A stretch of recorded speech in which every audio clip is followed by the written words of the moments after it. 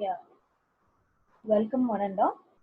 In last class, we have seen in protection about the various communication methods, namely fiber optic relaying and microwave relaying for protection purpose. Now we will move on to the latest protection evolving methods, right?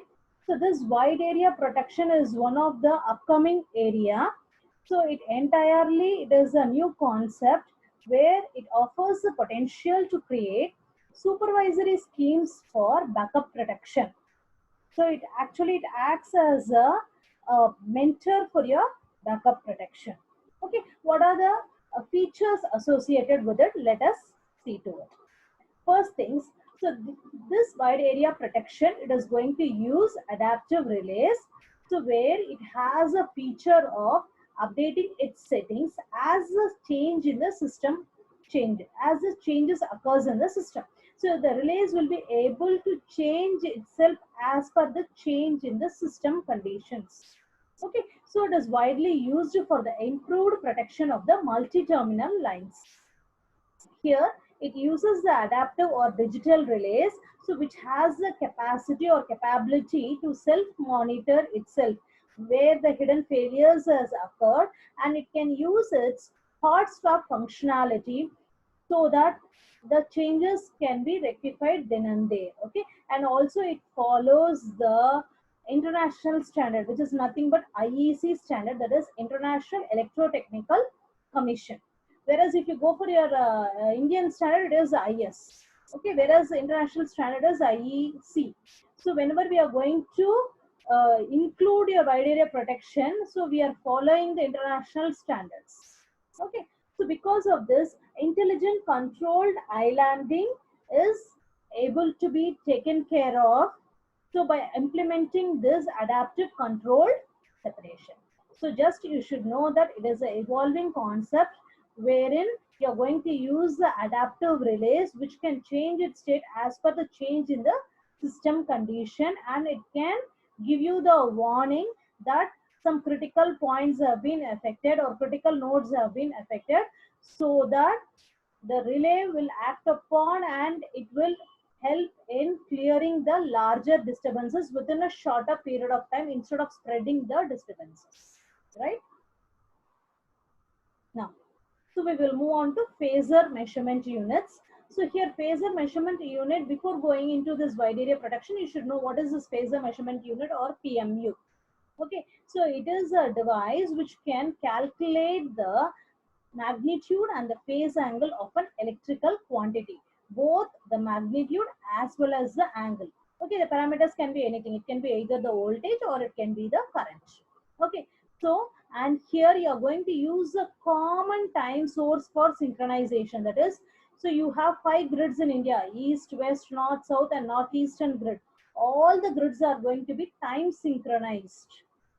Okay, so this time synchronization is going to be carried out by means of your GPS, so which allows synchronized real-time measurements, that is from the remote points on the grid. Okay, from several remote points you can get the time synchronized data, so by which you can identify which are the critical nodes and how the follow-up action has to be carried out in order to maintain the stability of the grid.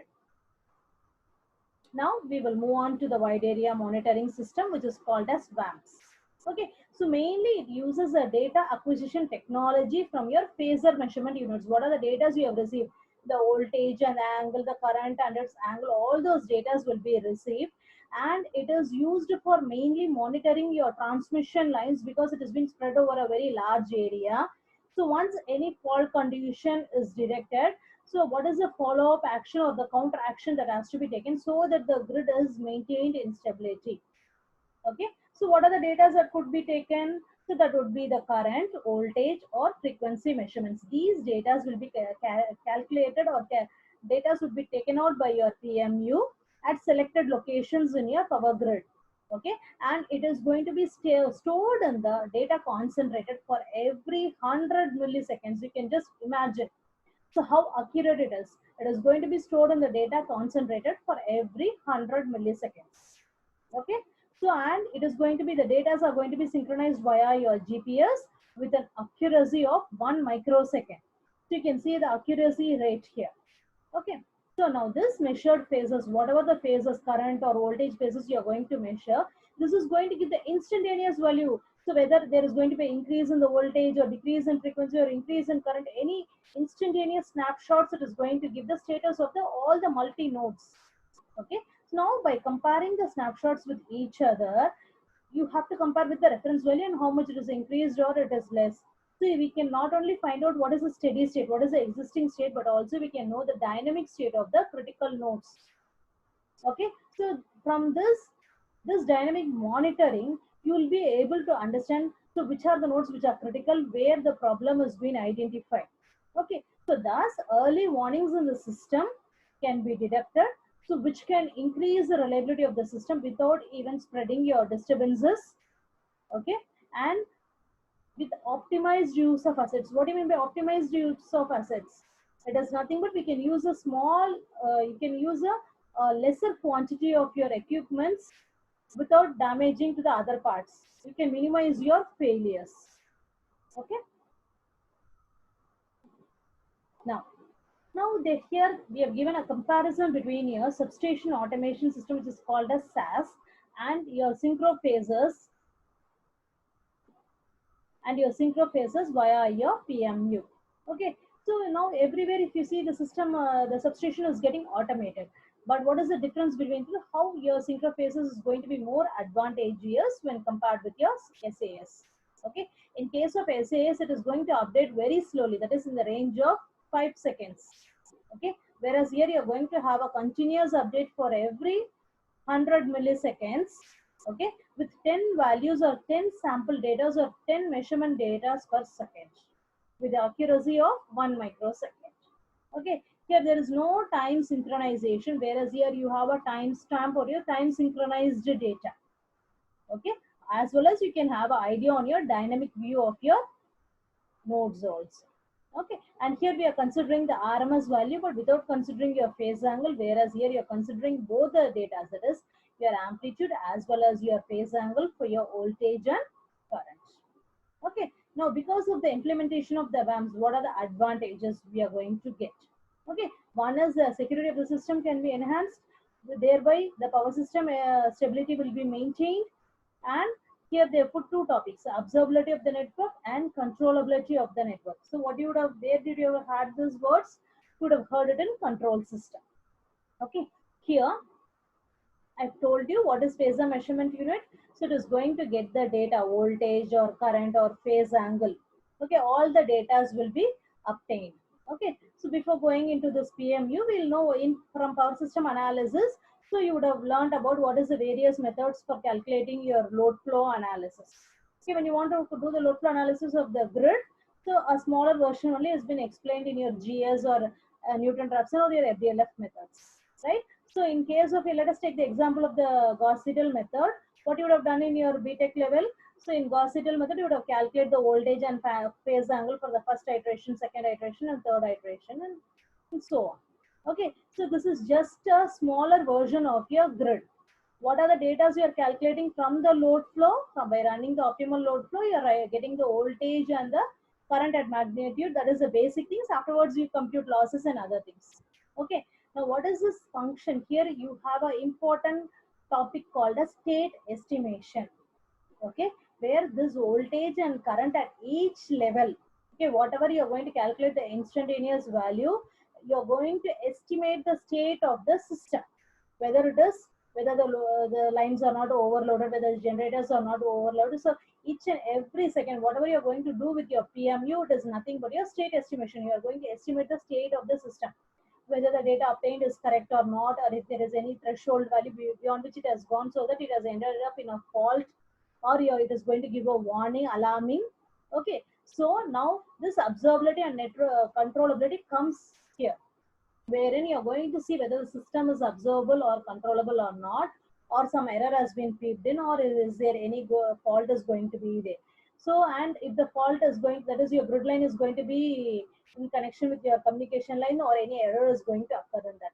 So all those is the state of the system is going to be determined in your observability and controllability, and check whether the system is observable and controllable or not. In other words, you're estimating the state of the system, whether it is free from errors and is it in normal condition.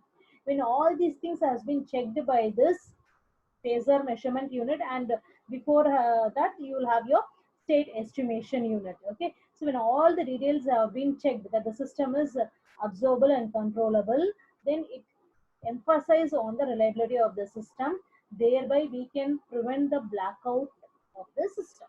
So that is the main advantage which gets relied on it. Now, we will move on to the what are the various components of your wide area monitoring system. So what will be the components initially?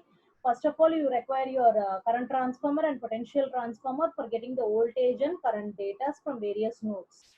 Now, all these data, whatever the data acquired, it is going to be given to the phasor measurement unit. Okay, what is this PMU will do now?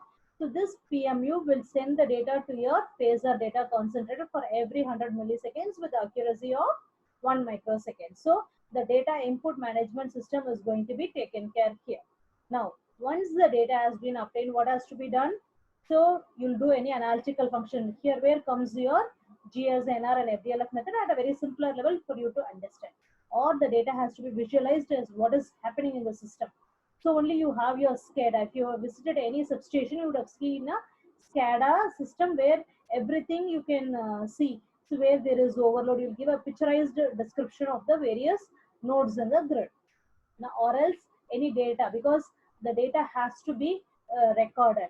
So example, just I'll give you like if I'm going to construct a power station. So what the government will do?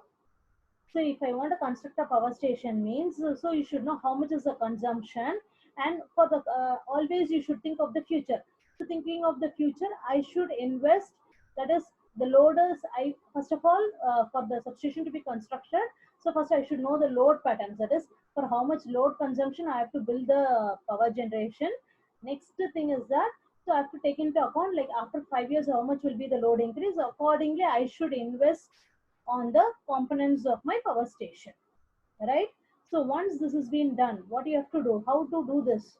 What they will do, this data recording or logging is an important function. What you will do in your logging?